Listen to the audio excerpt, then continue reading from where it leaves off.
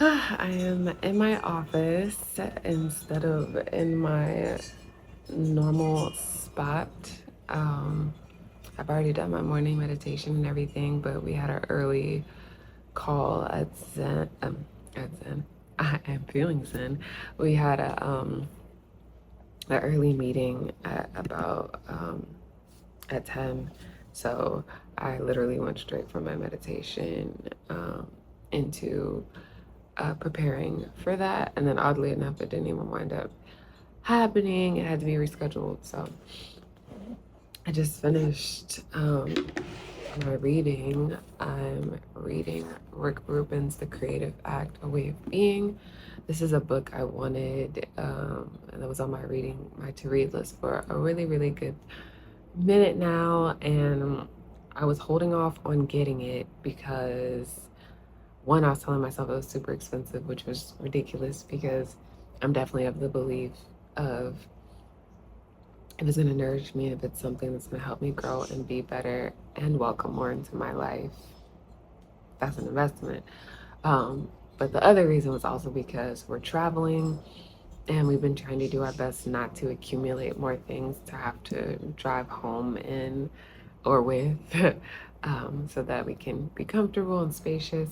Um, but if not last week, the week before, but it might have been last week, I finally decided to get it. It was speaking to me while I was shopping for some other things online. It called out to me, and I was like, you know what? It's time. And I'm really glad I did, because adding this reading after I finished Breaking the Habit Being Yourself, adding this to my daily reading circulation has been so nourishing. Similarly to what I said about listening to Terica's videos, how it feels like listening to myself outside of myself, just like hearing a reflection of myself. A lot of what Rick has beautifully written in here feels like thoughts and echoes of things that I've contemplated, resonated with myself, um, and then expanded my perception and feeling space in a really beautiful way as well too. And I just wanted to share a piece of what I was reading this morning that really spoke to me, and also just some of my thoughts that were provoked through reading this. So the passage I read this morning, I also love that this whole book is in like small passages. And yeah, I've been highlighting left and right. But this morning I read Beginner's Mind, and it goes, some 3,000 years ago in China, the strategic board game Go was developed. Some believe warlords and generals based it on the stones they placed on maps to determine their battle plans. Besides being the oldest continually played board game in human history, it's also one of the most complex. In modern times, beating this game became known as in the artificial intelligence community as the Holy Grail. Since the number of possible configurations on the board is larger than the number of atoms in the universe, it was believed computers didn't have the processing power needed to beat a skilled human player. Um, and I won't read through that whole passage, but essentially, in this game, the computer beats the human in a really unexpected way. And then he continues, like this part, I highlighted all up. What was it that allowed a machine to devise a move no one steeped in the game had ever made in thousands of years of play? It wasn't necessarily its intelligence. It was the fact that the machine learned the game from scratch, with no coach, no human intervention, no lessons based on an expert's past experience. The AI followed the fixed rules, not the millennia of accepted cultural norms attached to them. It didn't take into account the 3,000-year-old traditions and conventions of Go. It wasn't held by limiting beliefs. It wasn't held back by limiting beliefs. And so this wasn't just a landmark event in AI development. It was the first time Go had been played with the full spectrum of possibilities available. With a clean slate, AlphaGo was able to innovate, devise something completely new, and transform the game forever. If it had been taught to play by humans, it most likely would not have won the tournament. One Go expert commented, after humanity spent thousands of years improving our tactics, computers tell us that humans are completely wrong. I would go as far as to say not a single human has touched the edge of the truth of Go. To see what no human has seen before, to know what no human has known before, to create what no human has created before. It may be necessary to see as if through eyes that have never seen, know through a mind that has never thought, create with hands that have never been trained. The beginner's mind, one of the most difficult states of being to dwell in for an artist, precisely because it involves letting go of what our experiences have taught us. Beginner's mind is starting from a pure childlike place of not knowing, living in the moment with as few fixed beliefs as possible, seeing things for what they are as presented, turning in to what enlivens us in the moment instead of what we think will work, and making our decisions accordingly. Any preconceived ideas and accepted conventions limit what's possible. So after reading that, all of the things bubbling to my mind were between my art practice and my meditation practice, which I also look at as an art practice in a sense. This felt like a reflection of what I've been doing right now, which is returning to this nothingness state. Like I realized in my meditation practice, part of the reason why I felt stagnant and frustrated was because I was approaching it from the idea that I knew how to meditate. Like I've taken yoga teacher training, meditation classes, etc. So I was coming to all of my meditation practices with this idea that I knew how to do it. And even though it's a practice, it's something that you're continually cultivating. I was approaching it from this idea of absolute and fixation as in permanent structure instead of the vast expanse, fluid existence that it is, the practice that it is. And another quote from this book, I haven't gotten to it yet physically, but I had listened to this in audiobook form before having the tangible copy, because just having it physically really does something for me. I'm a book girly, and having it physically like changes the game for me. So in realizing all of this, like as I was reading, I was like, this is where I've been returning to in my meditation. And the quote I was talking about from this book that comes later is regard everything as play. And that's an acronym me and my love have been using, REAP. That's actually what I named the pants that I just did for Miami Art Week that Babe wore, was REAP, regard everything as play. And that's literally just how I have been approaching and do my best to approach everything in life, and starting my day off with meditation, but from a standpoint of REAP, from this childlike innocence and wonder and curiosity and play, and seeing like, if I do like this, how does that feel? If I think of this thing like this, how does this feel? If I hold this intention or this affirmation in my mind, what does that do? If I allow and welcome a visual instead of trying to force it, how does that feel? How does it enter my consciousness? What does it evoke? It's made leaps and bounds and just swaths of change in my meditation practice, to the point where I now enjoy and look forward to sitting down in my meditation again. And it's only been a couple of days of like really being able to enter from this space and embody it, and not just having the intention to enter into the space with it, but to really release. And so I'm excited as the days and weeks proceed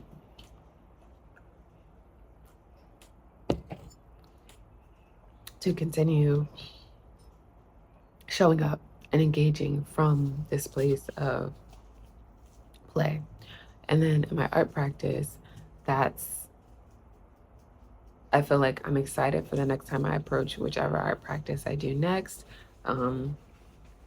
because my art practice does span so many different mediums. But I'm excited to see how this shows up, because as I was reading, like I was having visuals in my mind about how this just put into words what I have been seeking to do recently, which is to alleviate for myself this stagnancy, this stuckness in my practice. And part of it has been because I have been using my accumulated knowledge and preference of how I've come to create, enjoyed creating, or found that I get desirable response and reaction from others out of it, instead of just creating for me and creating in the curiosity that created these practices or these signatures that I love, but now feel to varying degrees like a trap. And so in reading this, I was like, yeah, that's exactly what I need to do too, is again, in my art practice, reap, regard everything as play. And then the other one, anchor, awareness needs constant refreshing, just to constantly refresh my my thought and feeling state in a way that really just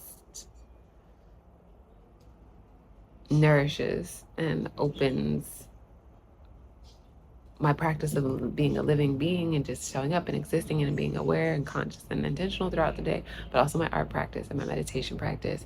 And I'm really excited to see where that takes me, to just play without any inhibiting factors or parameters of how it should be done, how I should art, how I should meditate, how I should apply myself. And then a little bit more. Beginner's mind is starting from a pure childlike place of not knowing. Living in the moment. Oh, I read that part.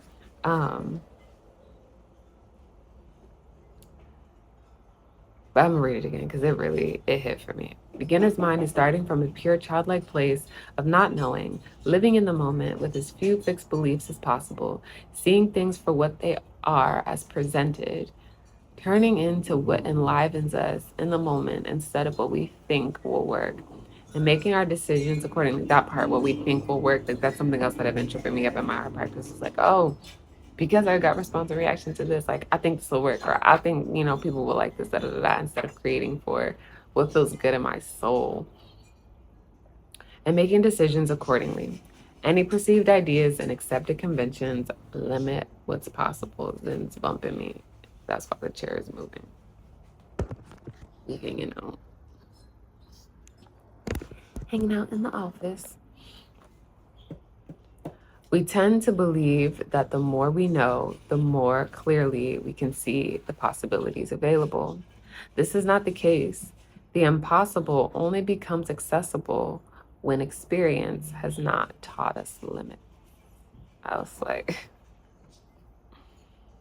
yeah, I like that. The impossible only becomes accessible when experience has not taught us limits. And that was something I was coming to the realization of in my meditation practice, was I am approaching my practice from a limited, familiar, what is the word? Predictable space, controlled space. Did the computer win because it knew more than the grandmaster, or because it knew less? There's great power in not knowing. When faced with a challenging task, we may tell ourselves it's too difficult. It's not worth the effort. It's not the way things are done. I'm guilty of that. It's not likely to work, or it's not likely to work for us. If we approach our task with ignorance, it can remove the barricade of knowledge blocking progress. When I got there, I was like, bruh, he didn't have to call me out like that. Rick, he didn't have to call me out like that. The way I am a sponge And I love to read. I love to just soak up information, but to my detriment. And a creator I love on here, Nero, he actually called it stop intellectually masturbating. And so in his videos, he often says, like, stop intellectually masturbating and like actually either utilize what you have digested or consumed, like digest it, use it, put it to work, or let it go if it's not working. Like, don't just sit and hold and essentially hoard. So yeah, in many ways I can definitely become an information hoarder. And so yeah, like reading that, like if we approach a task with ignorance, it can remove the barricade of knowledge blocking progress. Like the idea that, yeah, knowledge can be part of the problem, knowing too much can be the issue. Let the know-it-all go, hun. Curiously, not being aware of a challenge may be just what we need to rise to it. Innocence brings forth innovation. A lack of knowledge can create more openings to break new ground. And then I'm skipping through some of these parts. Experience provides wisdom to draw from, but it tempers the power of naivete. I was like, yeah, another one. Experience provides wisdom to draw from, but it tempers the power of naivete. And I literally lived this a little bit. Again, working on Shaw's Reap pants for Miami Art Week, and I had the idea to make the patchwork pants. I'll have to drop them in somewhere, but I had the idea to make the patchwork pants because we found some just really dope. Oh, my bookmark is also a business card from a dope artist that was at one of the Art Week shows. But when I had the idea to make the pants, because we had found some really dope shirts at the thrift store that I was like, oh, this would make great like patch fabric. And then I was like, I don't have my sewing machine. How I'm gonna do this? How am I gonna bring this to life?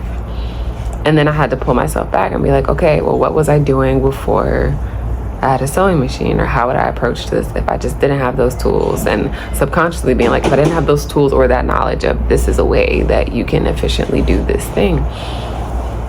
And then I was taken back to childhood. I was like, oh, as a kid, my mom used to get me the fabric glue and stuff when I wanted to, you know, do these little projects, but needed a no-sew method because wasn't going to sit down at a sewing machine and wasn't yet at the age and having the patience to learn, because my mom did try to teach me. There's several things she tried to teach me: sewing, the guitar, a bunch of stuff. And I still love the guitar, and I'm actually getting back into learning. And once we get back home and I'm with my guitars again, I cannot wait. That's one of the reasons why I'm excited to be back home, is there's just certain practices I've really been missing. But anyway, that's a tangent. But being able to go to that place of innocence, the lack of knowledge, it created that opening for me. I was like, oh, I can use fabric glue. If I use fabric bonding, I can get these patches on here and boom, it's done. And also will take a lot less time than if I was sewing each one of these patches down individually. And so after having that realization, I was just so excited. Like, I was so excited. And so I had this mixture of using the beginner's mind, that innocence, that naivete, and then also letting go of the knowledge that I had accumulated that said, this is the way, or this is the best way that you do this. And that just opened me up in so many different ways. And then working on those pants really drew out my inner child's curiosity and willingness to push the envelope, because that's something else I realized I was struggling with in my practices. I came to appreciate this like quote unquote clean or conciseness with lines and order, like this idea of order and balance and space and ideas, theories. knowledge accumulated from creating art, learning from other artists, etc. And these pants just allowed me to open up and just push and play and pull and color, paint on top of, create different shapes, fill in, leave blank, and play with color. And that just, it cracked something open for me. So I'm really grateful for that. So last part. Experience provides wisdom to draw from, but it tempers the power of naivete. The past can be a teacher, offering tried and true methods, familiarity with the standards of the craft, awareness of potential risks, and in some cases, virtue or virtuosity. It lures us into a pattern that absolves us of the opportunity to engage innocently with the task at hand.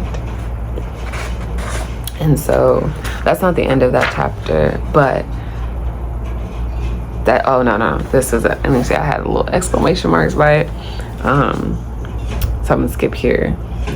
The more ingrained your adapted approach, the harder it is to see past it. Though experience doesn't rule out innovation, it can make it more difficult to access. These childlike superpowers include being in the moment, valuing play above all else, having no regard for consequences, being radically honest without consideration, and having the ability to freely move from one emotion to the next without holding on to story. For children, each moment in time is all there is. No future, no past. I want it now. I'm hungry. I'm tired. All pure authenticity. And reading that part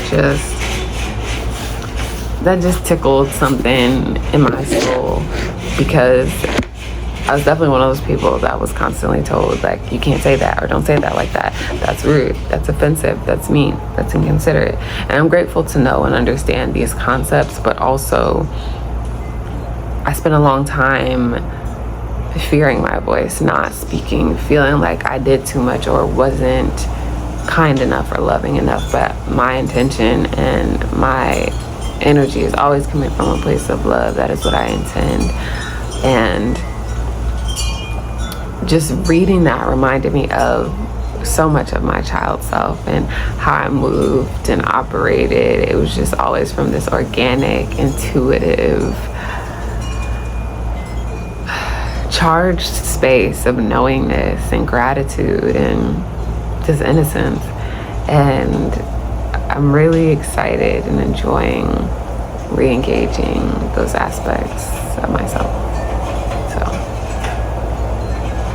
yeah, that's all for now. Wishing you some childlike play, relinquishing some of that knowledge or applying it in a way that's beneficial, and doing something new, trying something different. I love the sound of the chimes here.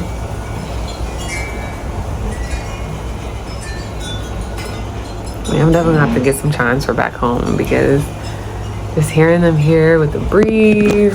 Ugh. Where are they? I think they're in that tree.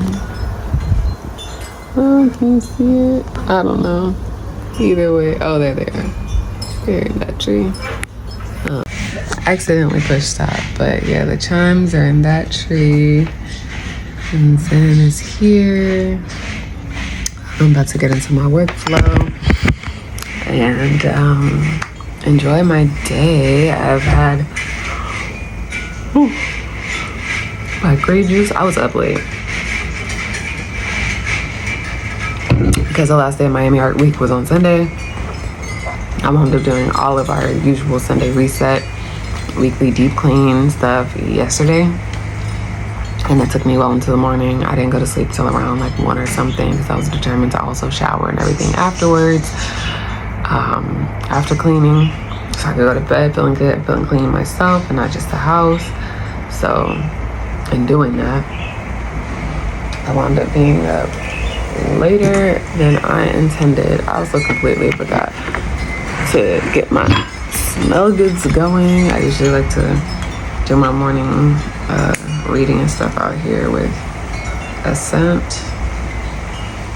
I think this is something Verbena lemongrass. And it smells so good. So I'm excited.